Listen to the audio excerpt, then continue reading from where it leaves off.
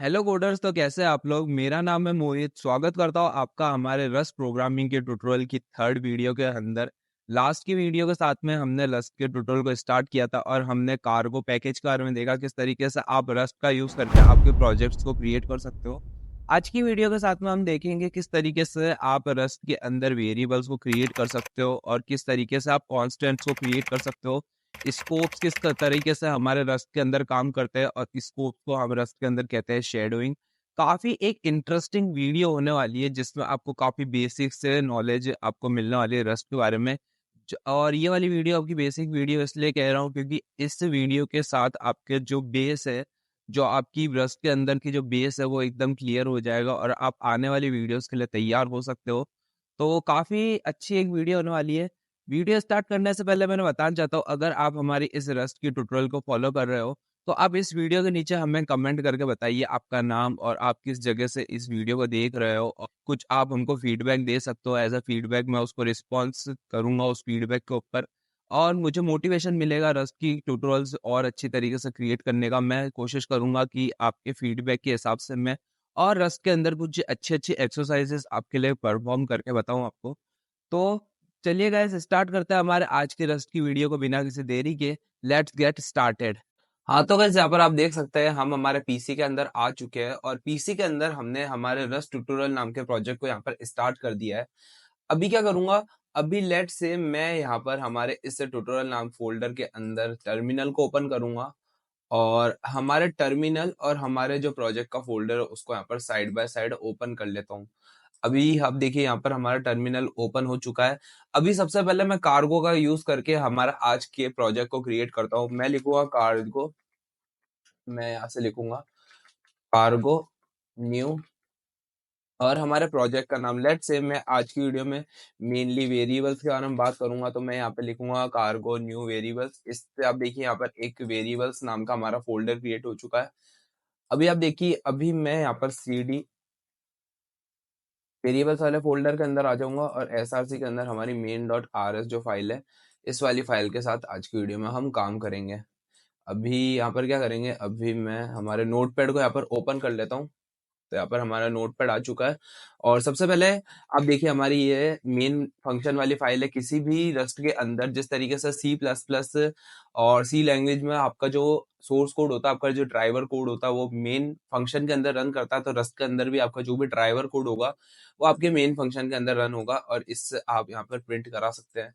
और किसी भी प्रोजेक्ट को, किसी भी फाइल को आपको रन करना है प्रोजेक्ट के अंदर, तो यहाँ पर आपको लिखना पड़ेगा कार्गो रन। तो यहाँ पर आपका कंपाइल हो जाएगा और यहाँ पर आपका प्रोजेक्ट बिल्ड होके यहाँ पर आपका आउटपुट यहाँ पर आपको मिल जाएगा। लास्ट वीडियो में भी हमने देखा था किस तरीके से आप कार्गो के काफी सारे मेथड्स को यूज कर सकते हो, किस तरीके से आप आपके बग्स को चेक कर सकते हो कार्गो चेक का मेथड यूज करके। अगर आपने लास्ट वाली वीडियो चेकआउट नहीं किया है तो आप सिंपली हमारी लास्ट वाली वीडियो को चेकआउट कर सकते हो। मैं लास्ट वाली वीडियो का लिंक आई बटन पे दे रहा हूँ और आपको वीडियो डिस्क्रिप्शन में भी इसके ट्यूटोरियल के अंदर आपको वीडियो सिंपली मिल जाएगी, उसको अभी आप चेकआउट कर सकते हो। तो अभी आपको करना, अब सबसे पहले हम बात करते हैं कि किस तरीके से आप यहाँ पर रस्ट के अंदर आपके वेरिएबल्स को क्रिएट कर सकते हो। वेरिएबल्स क्रिएट करने के लिए आपके पास कीवर्ड होता है लेट। मैं लिखूंगा let X is equals to 4 और यहाँ पर मैं इसको प्रिंट कराऊंगा। मैं इसको लिखूंगा print L N, print L N exclamation mark, और उसके बाद मैं लिखूंगा एक्स इज एक्सिस और यहाँ पर ब्रैकेट्स लगाऊंगा। उसके बाद कॉमा करके यहाँ पर एक्स लिख दूंगा और मैं यहाँ पर सेमी कलन लगा दूंगा।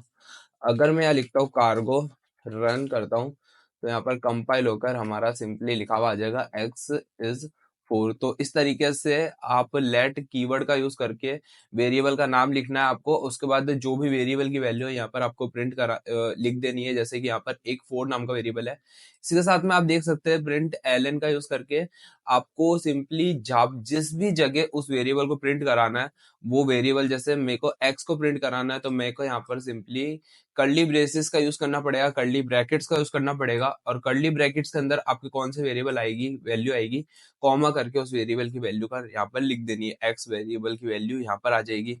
तो इस तरीके से आप प्रिंट कर सकते हैं। अभी लेट्स सी आप देखिए मैंने यहाँ पर जो वेरिएबल को क्रिएट करा है, ये एक इम्प्लिसिट वेरिएबल को क्रिएट करा। अब इम्प्लिसिट और एक्सप्लिसिट आपके पास दो वेरिएबल्स होते हैं किसी भी प्रोग्रामिंग लैंग्वेज के अंदर। रस्ट की अगर मैं बात करूँ तो रस्ट के अंदर आपके दो वेरिएबल्स होते हैं। सबसे पहला होता है इम्प्लिसिट वेरिएबल और दूसरा होता है एक्सप्लिसिट वेरिएबल।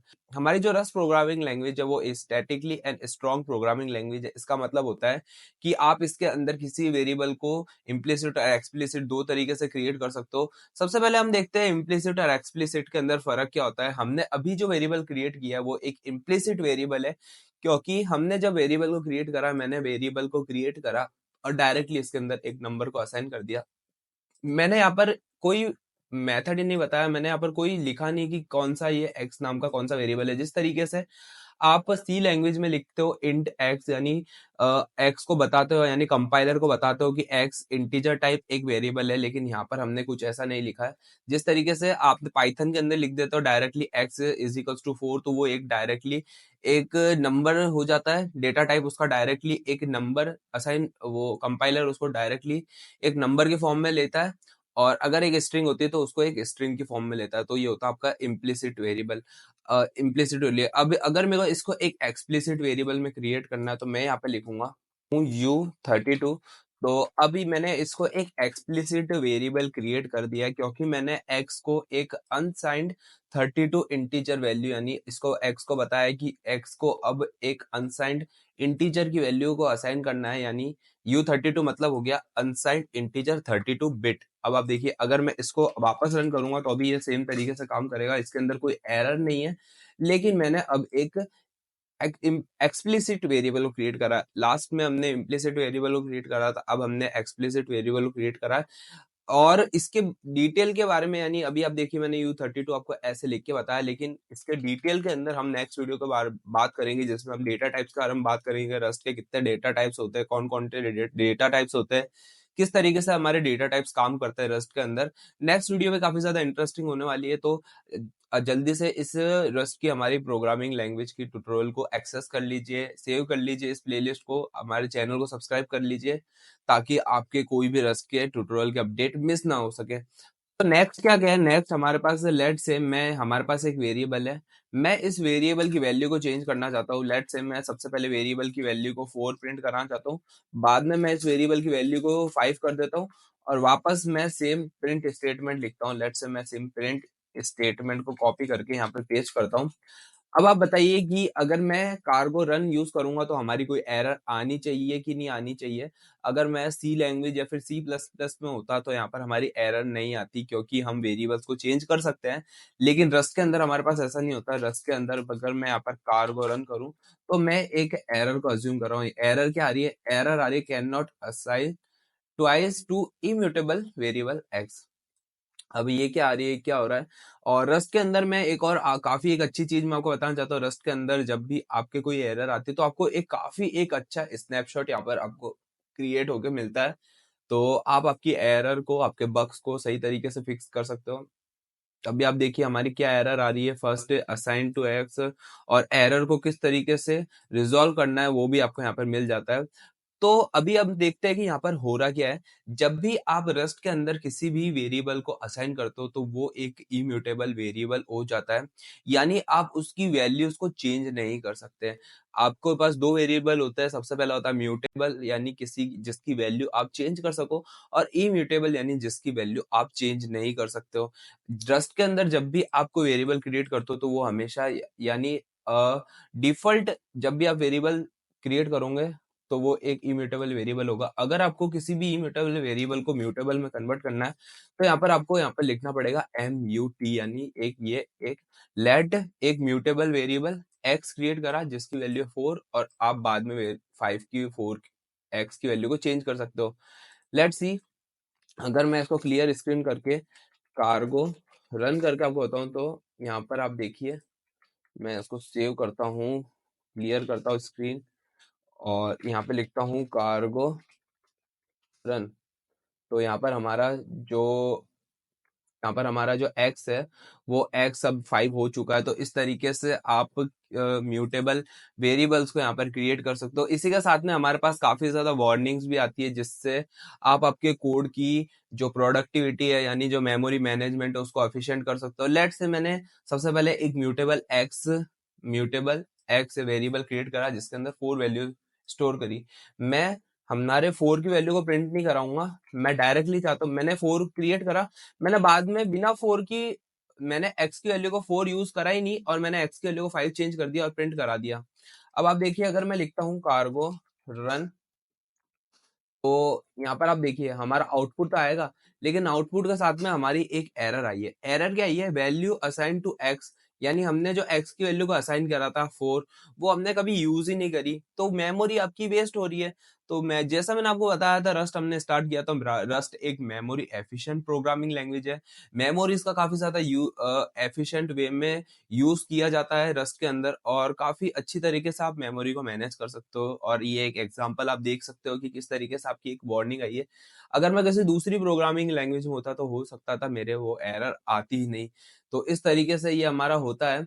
अभी आप देखिए अगर मैं इसको यूज करूंगा तो ये एरर अब हमारी चल जाएगी। मैं अगर इसको यूज कर लूंगा और तो हमारी ये एरर अब चल जाएगी। आप देखिए हमारी अब जो एरर आ रही थी वो अब एरर यहाँ पर नहीं आएगी। तो ये एक तरीका हो गया आपका क्रिएट करने का म्यूटेबल वेरिएबल को। इसी के साथ में लेट से आप बिना म्यूटेबल कीवर्ड लिखे भी एक नया वेरिएबल असाइन कर सकते हैं। लेट से मैं लिखता हूँ let x is equals to 5। तो अब आप देखिए, अब वापस मैं अगर इस कोड को रन करूंगा तो अब यहाँ पर हमारी एरर नहीं आएगी। यहाँ पर आप देखिए x इज 4, x इज 5। आप रस्ट के अंदर सेम नेम के दूसरे वेरिएबल्स को क्रिएट कर सकते हैं, यानी दूसरे वेरिएबल असाइन कर सकते हैं। मैंने एक वेरिएबल असाइन करा, क्रिएट करा, x इज इक्वल्स टू 4। मैंने वापस x नाम का दूसरा वेरिएबल क्रिएट कर दिया।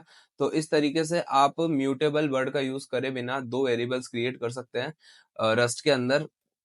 तो ये होता है रस्ट के अंदर। सेकंड बात क्या होती है, जब भी आप दूसरा वेरिएबल लेट का यूज करके क्रिएट करेंगे तो मैं इस 4 की वैल्यू को वापस यूज भी कर सकता हूँ। जैसे कि अगर मैं लिखूं x is equals to X plus 5, तो हमारी जो प्रीवियस x की वैल्यू है वो यहाँ पे यूज होगी और यहाँ पर x की वैल्यू अपडेट हो जाएगी। अब आप देखिए किस तरीके से है।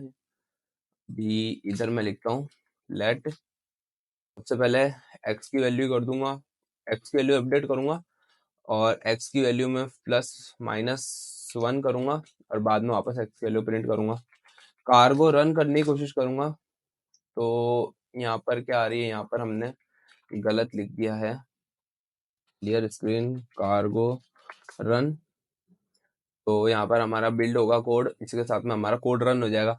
तो यहाँ पर आप देखिए सबसे पहले मैंने एक x की वैल्यू क्रिएट करी 4, उसके बाद में हमने x की वैल्यू को प्रिंट करा। हमने एक दूसरी x नाम से एक दूसरा वेरिएबल क्रिएट करा, सेम वेरिएबल को मैं सेम वेरिएबल नेम का दूसरी वैल्यू असाइन कर रहे हैं। प्रीवियस x की वैल्यू के अंदर 5 को ऐड कर दो और उसी वैल्यू और एक नई x की वेरिएबल क्रिएट कर दिया, पुराना का x को ओवरराइट करके एक नया x वेरिएबल क्रिएट कर दिया। अब जब भी मैं इसके बाद x का यूज करूंगा तो अब ये वाली x की वैल्यू यूज होगी, अब ये वाली x की वैल्यू काम नहीं करेगी किसी भी जगह पे। आप देखिए ये वाली x की वैल्यू यूज होगी, x की वैल्यू यहाँ पर 9 आ चुकी है, 4 + 5 9। अब मैंने नेक्स्ट लाइन के अंदर वापस एक let x is equals to x minus 1 लिखा। अब क्या होगा, अब मैंने वापस एक और x की वैल्यू असाइन कर ली है, सेम नेम से काफी सारे वेरिएबल्स की वैल्यू क्रिएट कर रहा हूँ और जो is equals to x minus 1 है, तो प्रीवियस जो x की वैल्यू है वो यहाँ पर यूज होगी 9 माइनस 1 और 8 यहाँ पर हमारा आ जाएगा। तो इस तरीके से आप रीअसाइन कर सकते हैं वैल्यूज को रस्ट के अंदर। इसी के साथ में एक और क्या होता है, लेट सी मैंने सबसे पहले let x is equals to 4 लिखा। 4 हमारा क्या है, 4 हमारा एक इंटीजर है। अगर मैं let x is equals to एक स्ट्रिंग क्रिएट करने की कोशिश करूं, मैं लिखूंगा मोहित प्रजापत। सबसे पहले let x is equals to 4 एक हमने इंटीजर क्रिएट करा, उसके बाद हमने नई x की वैल्यू को वापस यूज करा, रीअसाइन करा वैल्यू को, और इस बार हमने एक स्ट्रिंग उस वेरिएबल के अंदर स्टोर करने की कोशिश करी। तो यहाँ पर आप देखिए अगर मैं लिखता हूँ कार्गो रन, तो यहाँ पर आप देखिए अब हमारी जो टाइप है वेरिएबल का वो टाइप भी यहाँ पर चेंज हो चुका। सबसे पहले हमारा टाइप था 4 और नेक्स्ट हमारा टाइप था मोहित प्रजापत, जो कि एक स्ट्रिंग टाइप का वेरिएबल हो चुका है। आप देखिए किस तरीके से हमने वेरिएबल्स की वैल्यू को असाइन करा। लेकिन ये जब ही काम करेगा जब आप वापस उस वेरिएबल को, सेम नेम के वेरिएबल को री असाइन करते हो। मैं अगर इधर लिखता हूँ म्यूटेबल, म्यूटेबल लिख के अगर मैं अब x की वैल्यू में मोहित प्रजापत असाइन करने की कोशिश करूंगा और लिखता हूँ कार्गो रन, तो यहाँ पर हमारी एक एरर आ जाएगी मिसमैच टाइप में। टाइप मिसमैच की एक एरर आ रही है। सबसे पहले हमारा टाइप था एक इंटीजर टाइप था, बाद में मैं इंटीजर को स्ट्रिंग के अंदर कन्वर्ट करने की कोशिश कर रहा हूँ। अगर मैं पाइथन की बात करूँ तो पाइथन में क्या होता था, पाइथन के अंदर अगर आपने 4 लिखा और बाद में आप x की वैल्यू के अंदर स्ट्रिंग को असाइन करना चाहते हो तो आप वो कर सकते थे। लेकिन रस्ट के अंदर ऐसा नहीं होता। रस्ट के अंदर अगर आपने एक बार वेरिएबल के, म्यूटेबल वेरिएबल के अंदर x की वैल्यू एक डेटा टाइप क्रिएट कर दिया, यानी इंटीजर क्रिएट कर दिया, तो बार बार आपको उस म्यूटेबल डेटा टाइप के अंदर इंटीजर ही यहाँ पर लिखना पड़ेगा। जैसे कि अगर मैं लिखता हूँ 69, तो अब यहाँ पर कार्गो रन लिखकर क्रिएट करता हूँ, तो मेरे को यहाँ पर स्ट्रिंग की जगह मैं लिखता हूँ 60, लिख देता हूँ 60 और clear screen, cargo run build करूंगा। अब हमारा प्रोग्राम सही तरीके से काम कर रहा है। तो इस तरीके से ये हमारा हो चुका है।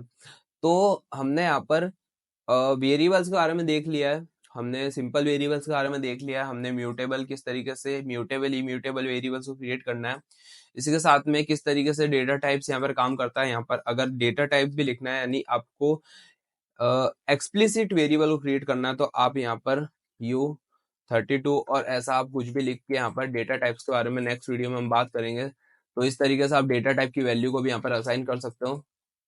नेक्स्ट क्या होता है, नेक्स्ट हमारे पास होता है कांस्टेंट। तो कांस्टेंट क्या होता है, कांस्टेंट का मतलब होता है, किसी भी प्रोग्रामिंग लैंग्वेज में कांस्टेंट का मतलब होता है एक बार ऐसा वेरिएबल क्रिएट करना है जिसकी वैल्यू आप पूरे प्रोग्राम में कभी चेंज ना कर सको, कभी उसका टाइप चेंज ना कर सको, तो उसको हम कहते हैं constant. Throughout the program उस वेरिएबल को आप बस एक बार ही असाइन कर सकते हो, उसको बार बार असाइन भी नहीं कर सकते। जैसे मैं अगर let X is equals to 60 कर रहा था, तो मैं इस वेरिएबल को वापस असाइन कर सकता था, इसकी वैल्यू को चेंज कर सकता था। अगर ये इम्यूटेबल था तो इसको म्यूटेबल कर सकता था। लेकिन कांस्टेंट के अंदर हमारे पास ऐसा नहीं होता। कांस्टेंट के अंदर हमारे पास कुछ स्टोरी अलग होती है। जैसे कि अगर मैं बात करूं, मैं इधर लिखता हूं कांस्टेंट की, अगर मैं बात करूं तो कांस्टेंट को लिखने के लिए आपको सिंपली कॉन्स्ट कीवर्ड लिखना है। उसके बाद आपको कांस्टेंट वेरिएबल का नाम लिखना है, माय न्यू कांस्टेंट वेरिएबल, और उसके अंदर आपको आपकी वैल्यू को असाइन करना है। लेट्स सी मैं 23 को असाइन कर देता हूँ इसके अंदर, और यहाँ पर मैं लिखता हूँ प्रिंट एलन एक्सक्लेमेशन मार्क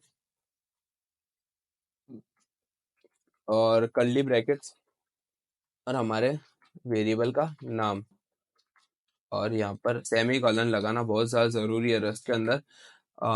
अगर मैं यहाँ लिखता हूँ कार्गो रन, तो यहाँ पर हमारा सिंपली क्या आएगा, यहाँ पर आ रहा है प्लीज प्रोवाइड टाइप। तो टाइप भी यहाँ पर आपको प्रोवाइड करना पड़ेगा। इस बात का आपको ध्यान रखना है जब भी मैं एक एरर जान करके, मेरी यहाँ पर एक एरर क्रिएट करने की कोशिश करी मैंने, क्योंकि मैं आपको बता सकूं कि आपका जो सिंपल वेरिएबल है उसके अंदर ही आप इम्प्लिसिट और एक्सप्लिसिट का लॉजिक काम करता है। जब भी आप कांस्टेंट को क्रिएट करते हो तो कांस्टेंट आपको हमेशा एक्सप्लिसिट वेरिएबल ही क्रिएट करने पड़ेंगे। कांस्टेंट के अंदर आपको बताना पड़ेगा कि कौन से डेटा टाइप आपको उस कांस्टेंट के वेरिएबल के अंदर स्टोर करना है। तो अभी मैं अनसाइंड इंटीजर 32 की बात कर रहा हूँ, तो मैं एक नंबर को यहाँ पर स्टोर करूंगा। इस कंसोल को क्लीन करके अगर मैं लिखता हूँ कार्गो रन, तो अब यहाँ पर हमारा सक्सेसफुली यहाँ पर रन हो जाएगा और 23 हमारा सक्सेसफुली यहाँ पर प्रिंट हो जाएगा। अब आप देखिए, लेट से मैं वापस इस वेरिएबल को असाइन करने की कोशिश करता हूँ, मैं एक वापस इस वेरिएबल को असाइन करने की कोशिश करता हूँ। मैं इस बार इसको कर देता हूँ 76 और इसको वापस प्रिंट कराने की कोशिश भी कर लेता हूँ। सब चीज करके देखते हैं। अगर मैं लिखता हूँ कार्गो रन, तो यहाँ पर हमारी एक एरर आ रही है। एरर क्या आ रही है, the name my new constant is defined multiple times. तो क्योंकि ये एक हमारा कांस्टेंट है, तो इसको आप मल्टीपल टाइम डिफाइन भी नहीं कर सकते। तो ये आपके कांस्टेंट होते हैं। इस तरीके से आप कांस्टेंट्स को क्रिएट कर सकते हो। कांस्टेंट के अंदर आप आपको सारे के सारे वर्ड्स कैपिटल लेटर में लिखना पड़ेंगे। और एक हैबिट है, यानी ऐसा कुछ कंपलसरी नहीं है कि आपको कैपिटल लेटर में लिखने हैं। लेट्स सी, चेक कर लेते हैं। अगर मैं न्यू लिख देता हूँ और बाकी सबको यहाँ पर क्लियर कर देता हूँ, तो अभी हमारा प्रोग्राम काम करेगा, ऐसी कोई दिक्कत नहीं आएगी। क्लियर करूंगा कंसोल को, कार्गो रन करूंगा, तो क्या हुआ, यहाँ पर मैं न्यू नाम से क्रिएट कर दिया वेरिएबल, तो वैल्यू को चेंज करनी पड़ेगी।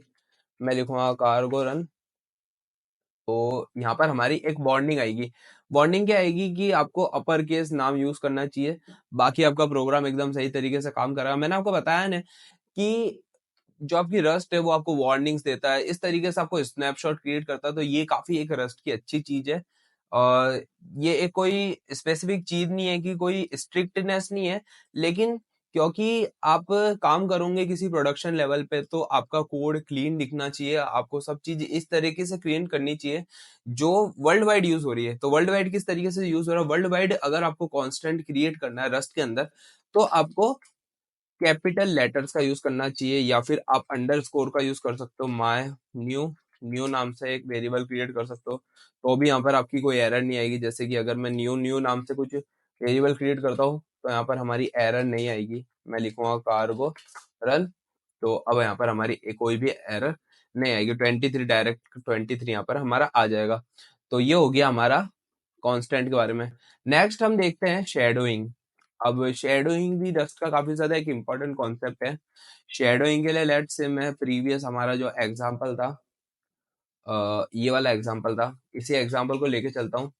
लेट्स से मैंने सबसे पहले लिखा x इज इक्वल टू 4, बाद में वापस x को रीअसाइन करा, और इस बार मैं लिख रहा हूँ x+2, x+2 लिखा। कार्गो रन करूंगा, तो सबसे पहले x इज 4 प्रिंट होगा, उसके बाद x इज 6 प्रिंट होगा। चेक करते हैं। सबसे पहले x इज 4 और x इज 6 यहाँ पर हमारा सक्सेसफुली प्रिंट हो चुका है।